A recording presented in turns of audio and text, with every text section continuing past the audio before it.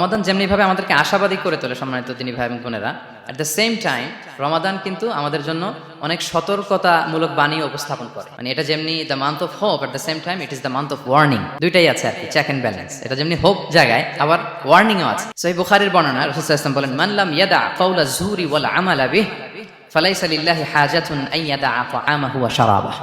রোজা রেখে যে ব্যক্তি মিথ্যা কথা, মিথ্যা কাজ মানে পাপ কাজ, অন্যায় কাজ ছাড়তে পারলো না, তার না খেয়ে থাকা, না পান করে থাকাতে আল্লাহর কিছু যায় আসে না। তার ওই রোজার আল্লাহর কোনো প্রয়োজন নাই। এটা জাস্ট উপোস, এটা জাস্ট অনাহার, জাস্ট আমি পানি খাইনি, আমি খাবার দাবার গ্রহণ করিনি, দ্যাটস ইট, এতটুকুই। এতে আল্লাহর কিছু যায় আসে না।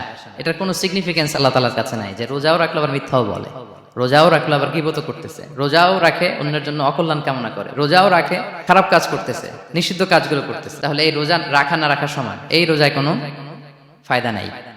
একটা ওয়ার্নিং পাওয়া গেছে না এখানে, যে ওয়ার্নিং, রোজা রেখে সাবধান, কোনো পাপ কাজের সাথে জড়ানো।